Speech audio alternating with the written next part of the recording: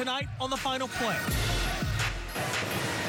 Here's Breeze stepping up and delivering. He's got 10 again. 21, 15, 10, 5, touchdown. The Saints get an early Christmas gift with a win over the Falcons and their first playoff berth in 4 years.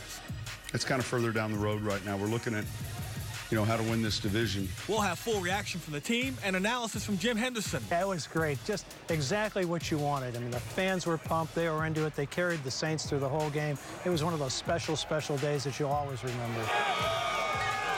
Plus, the first ever early signing period proves to be popular, but the jury is still out on whether or not it's a positive. We'll recap. And we'll take a look back on the Pelicans' journey below and back above 500 just in time for their return home. From Fox 8 Sports, this is the Final Play.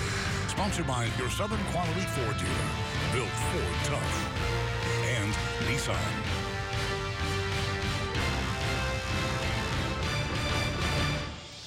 Welcome into the Final Play. I'm Juan Kincaid, and the days of pulling a lump of coal out of that Christmas stocking for Saints fans are over.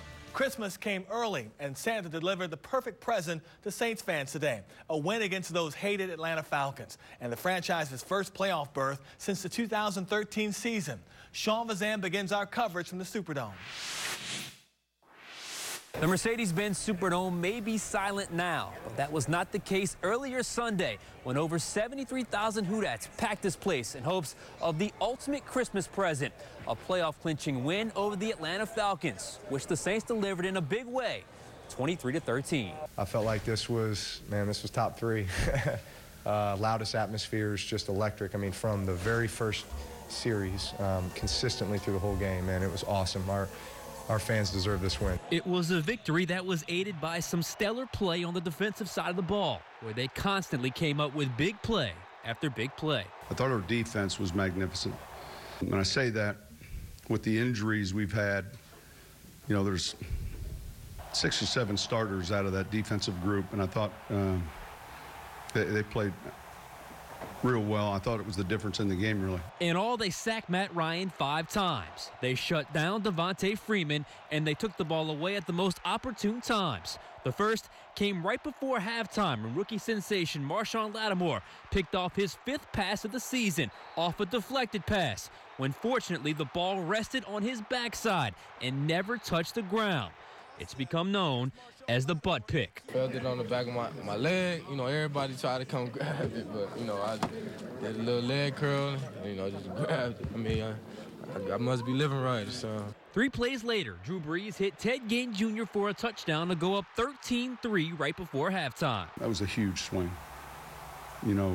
For them to be in a position to get points before the half, and then for us to all of a sudden be in a 2-minute drill and then, hit the big play. We had seen something the last time we played them on film. Wanted to get the look, and it was perfect. Felt like we had the opportunity to take a shot, and, felt like we caught him in a good matchup situation, with Ted kind of running across the field, and we were able to cash in. But that was a huge play, huge momentum, point in the game. It was something that we seen in practice all week. It's something that we seen on film, and I guess Sean was a great time to call the play. It's something we worked on all week. If that takeaway led to Saints points, their next one prevented points for the Falcons. On the first drive of the second half, after Deion Jones picked off Brees and returned it inside the Saints' 5-yard line, Tyler Davison knocked the ball out of Freeman's hands. Manti Te'o was there to recover it. We played well together, and we played for each other, and we finished strong. And like I said before, I couldn't be more proud of my guys. The last time these two teams met, the Saints were on the wrong side of the penalty count. The complete opposite was the case on Sunday. This time, it was the Falcons who were undisciplined. They were penalized 10 times for 91 yards. The Saints were only flagged 3 for 30. Anytime you're playing in a hard-fought divisional game, you want to make sure that your emotions are in check. Let's keep to our routine, and let's not worry about things we can't control. Now the Saints are 11-4 and headed to the playoffs for the first time since 2013. It's a meaningful accomplishment and one they're proud of, though they're not ready to celebrate just yet. It feels good, but honestly, it's the expectation, you know, and so while I guess it feels good to clinch a spot, it's not the ultimate goal. We now welcome in the voice of the Saints, Jim Henderson. And Jim, first off, let me give credit to the in-dome production team, next level trolling. There was the when the players, Atlanta players, were coming out, introduced on the field. They had the bus blocking them on the video screen up here. They had the 28-3 acknowledgement on the video screen. From an atmosphere standpoint, everyone involved really answered the call today. And did you see the 6'10" Stompers? They did 28-3 out on the field at halftime. Yeah, it was great. Just exactly what you wanted. I mean, the fans were pumped. They were into it. They carried the Saints through the whole game. It was one of those special days that you'll always remember. Yep, it was Saints and Falcons, another chapter to the storybook rivalry, and I thought clearly the Saints had learned their lessons from that first game, but the one thing that stood out, defense, and defense. I mean, they made big play after big play, shut down Devontae Freeman, sacked Matt Ryan, and of course made timely turnovers and big plays when they needed them the most. I think the Falcons only had 2 drives that were over 3 minutes long, so they always kept them back on their heels, and just like Sean said afterwards, they got the feeling they always played on the Falcons side of the line of scrimmage, and that was really true. They were composed. All the penalties went their way, probably part of that composure, but also the home field advantage. I don't think you can ever discount that when you see the disparity in the penalties like they were today. Which leads me to my next point. You know, there was a feeling in that last matchup the Saints were on the wrong side of the bad breaks, not just with penalties, but with injuries and just weird bounces. That all kind of reversed, as it typically does. It kind of evens itself out in this football world that we live. I felt like, just from kind of a karma standpoint, it worked out for the Saints today. It did. I mean, the calls went their way. The overthrow to Julio Jones, it was ruled uncatchable. The buttception. The buttception is going to be one of the great plays that will live forever in Saints history. Yeah, you've got to say that the ball, even when it didn't bounce, fell in the Saints' hands in the right way. Now, from an efficiency standpoint, the Saints once again struggled on third down, which I think is something they're going to have to monitor here from here on out, quite frankly. But you saw something different, because while the third down numbers were bad, the first and second down numbers were quite good this week. Much better. And really, that was the whole secret to keeping the Falcons at bay as well. The Saints owned first and second down for the most part defensively, and that contributed to the Falcons being 2 of 13, just 15% in third down efficiency. When you looked at this game, take into account the injuries that the Saints had, I still felt like they kind of dominated this game. A 10-point win in the NFL is a pretty dominant victory. I think this kind of reassured all of our thoughts that the Saints were clearly a better team. They're just, I think, 1 through 53, they're a better team than the Falcons overall. Agree? Yes, and can you imagine if all the starters the Saints were missing were able to play? I think we counted up 8 of them or so, regulars, and we used this in the open and in the preview of this game. The Falcons, by my count, have missed no one. They have no regulars on injured reserve. The Saints have 8. You just can't say enough about the depth on this team, the way they played, how Dennis Allen had them coached up. I mean, 2 goal line stands. Monte Teo recovery was absolutely huge. 2nd and goal from the 1-yard line, and the Saints deprived them of that after the momentum had swung with the Deion Jones play. I mean, all the plays went the Saints' way, and deservedly so, because they were the more aggressive team, the more polished team, the more composed team today. We got life after week 17 for the first time since 2013. Look, they kind of downplayed it because they're in that 1 week at a time mode right now. I get it. But that's got to be refreshing to this organization. I mean, there was some down years, and I can recall you and I having this conversation around this time in previous years, thinking, is Sean Payton going to be back? What's up with the salary cap? But to have it work out this year has got to be a relief. And wasn't it fun not to have week to week the Sean Payton drama over where he's going? Now it's maybe 5 or 6 other teams in the NFL who have to worry about that. Yeah, I mean, before this season began, I think we're all of the consensus that this might have been the most important year of the Tom Benson ownership, because they just couldn't do another 7-9. And I think everybody in this organization, from top to bottom, felt that pressure. And especially after they got off to the 0-2 start. I mean, Drew, rightly so, had a little jab to the people who wrote him off after an 0-2 start. And that was probably me and a lot of other people. But he has every right, he should gloat, because this team, after a terrible beginning of this season, against 2 very quality opponents who might end up meeting each other in the Super Bowl if the Saints aren't there.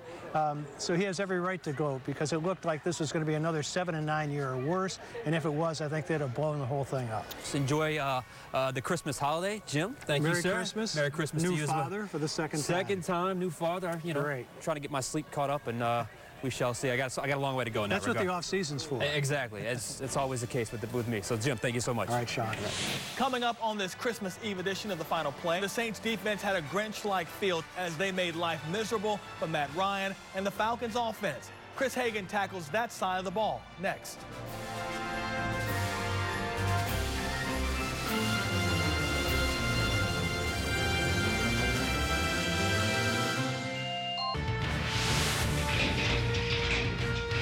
Watching the Final Play. Drew Brees came into today's game just 39 yards passing away from 70,000.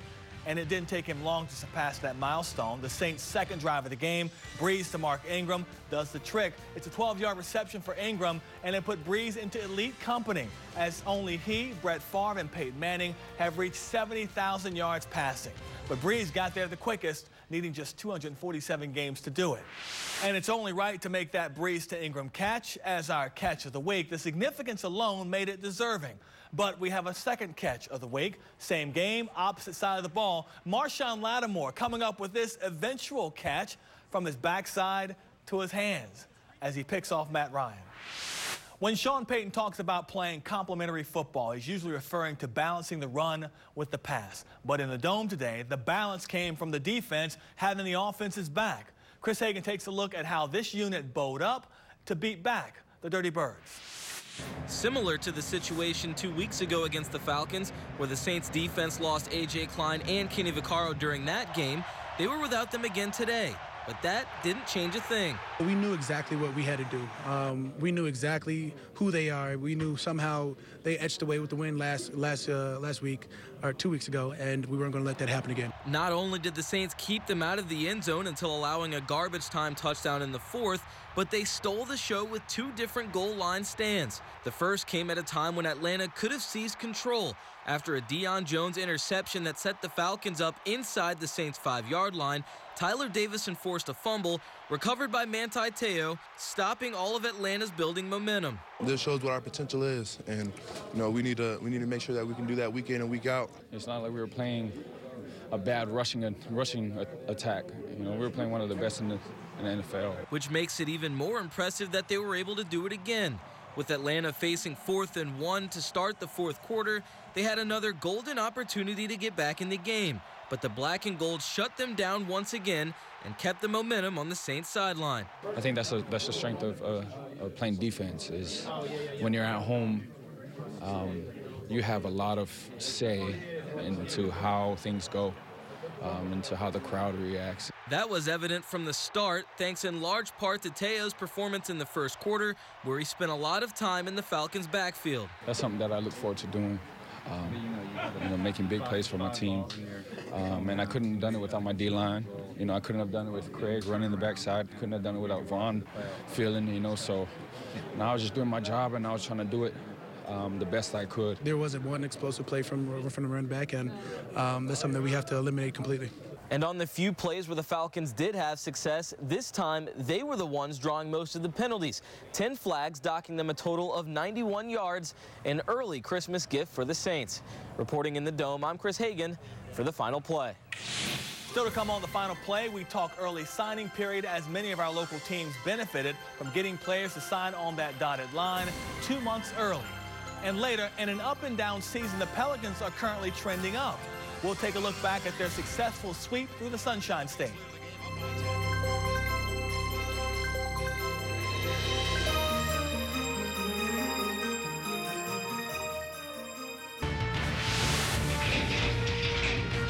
You're watching the Final Play. In the first ever early signing period for college football, coaches all over the country had to navigate uncharted waters. But two of our local teams, LSU and Tulane, couldn't have handled it much better. Chris Hagan takes a look back at the 3-day stretch that set recruiting precedents for years to come. With the timeline accelerated, college coaching staffs had double duty throughout the entire season. They were forced to game plan and win, all while making sure they had the right recruits visiting on the right weeks and do the background work to make sure they found the right guys for their respective programs.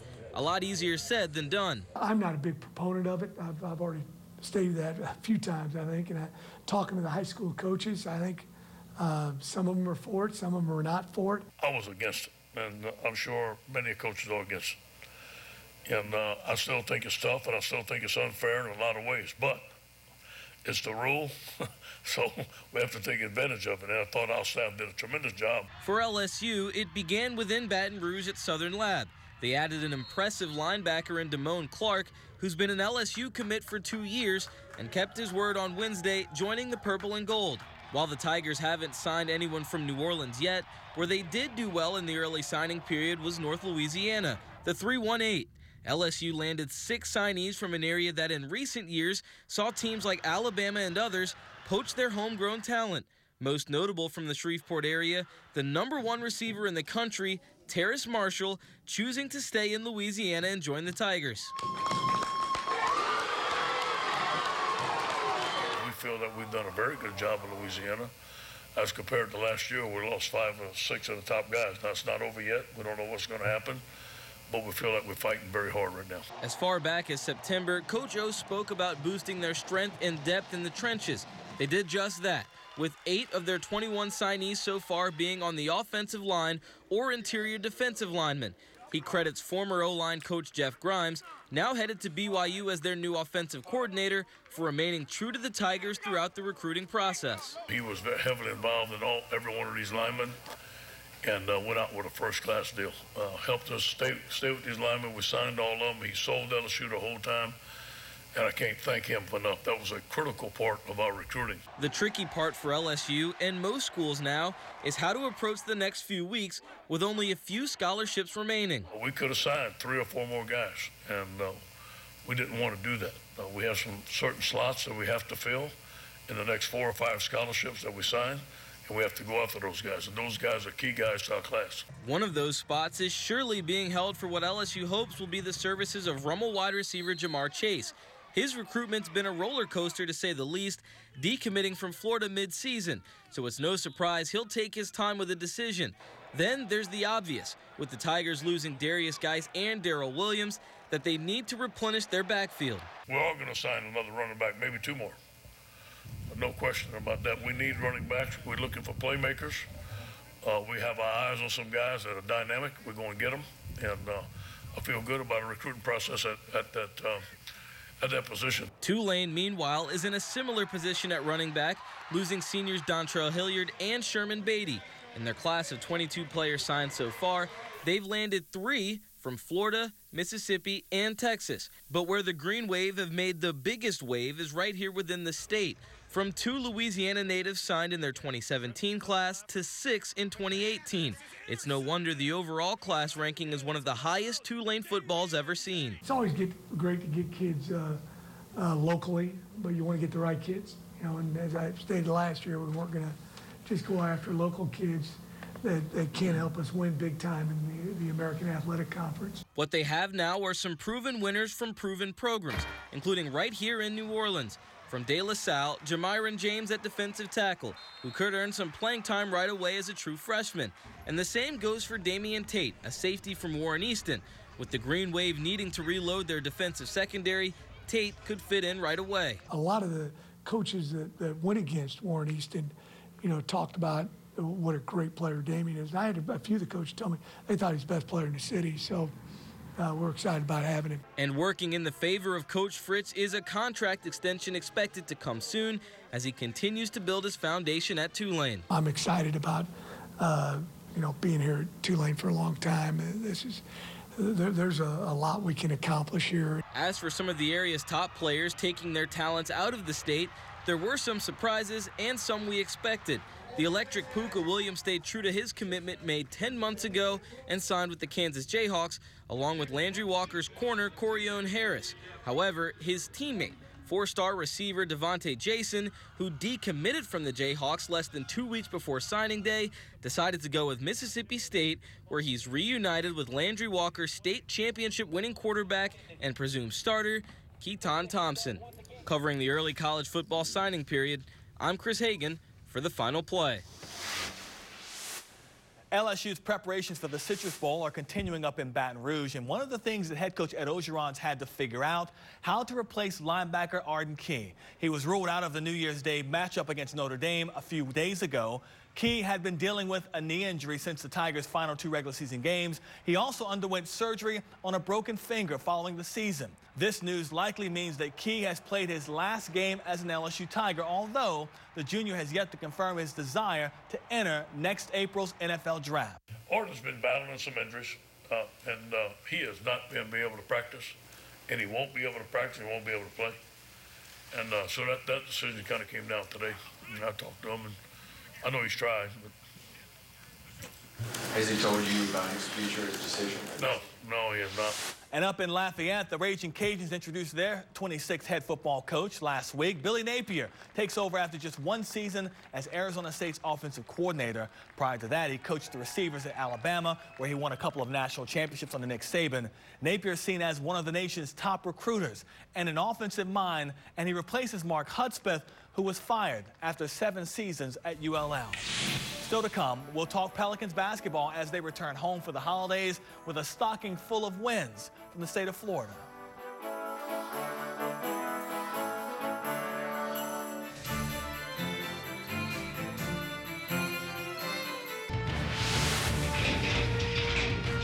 You're watching The Final Play. When does playing 500 basketball feel like the norm? When it's the Pelicans playing far below their own preseason expectations. In fact, the Pels narrative hasn't changed much since the season began back in mid-October. When they win, fans get drawn in. When they lose, the sky is all of a sudden falling. It's how 500-level teams play, and the team's last 2 games have gotten fans to pay attention again. Convincing blowout victories in the state of Florida. A 14-point win over Orlando Friday night, followed by a 15-point victory in Miami last night, has the Pels record back over 500 at 17-16. Our defense was good. You know, we came out and wanted to defend and get back on track. You know, we're not really worried about offense, but defensively we had to lock back in, and we did that tonight.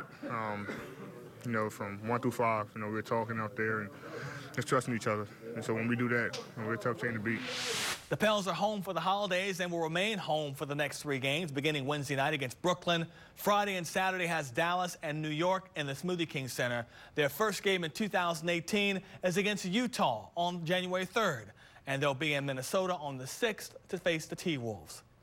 And that's our show for tonight. For all of us here at Fox 8, I'm Juan Kincaid. Merry Christmas and happy holidays to you and yours. And we hope to see you back here again next Sunday night for the Final Play. From Fox 8 Sports, this has been The Final Play.